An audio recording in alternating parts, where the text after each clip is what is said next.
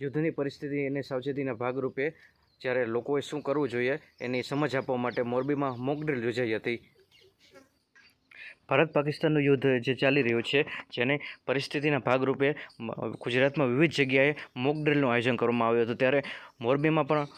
Gujarat maritime board Navlakhi બંદર ખાતે પણ આ મોક ડ્રીલ યોજાઈ હતી, જેના લાઈવ દ્રશ્યો આપ નિહાળી રહ્યા છો કે લોકોએ યુદ્ધ દરમિયાન શું કરવું જોઈએ અને જે આરોગ્ય વિભાગ દ્વારા, વહીવટીતંત્ર દ્વારા એને કેવી રીતે સપોર્ટ આપવો જોઈએ, લોકો ઘાયલ થાય ત્યારે શું કરવું જોઈએ, એ તમામ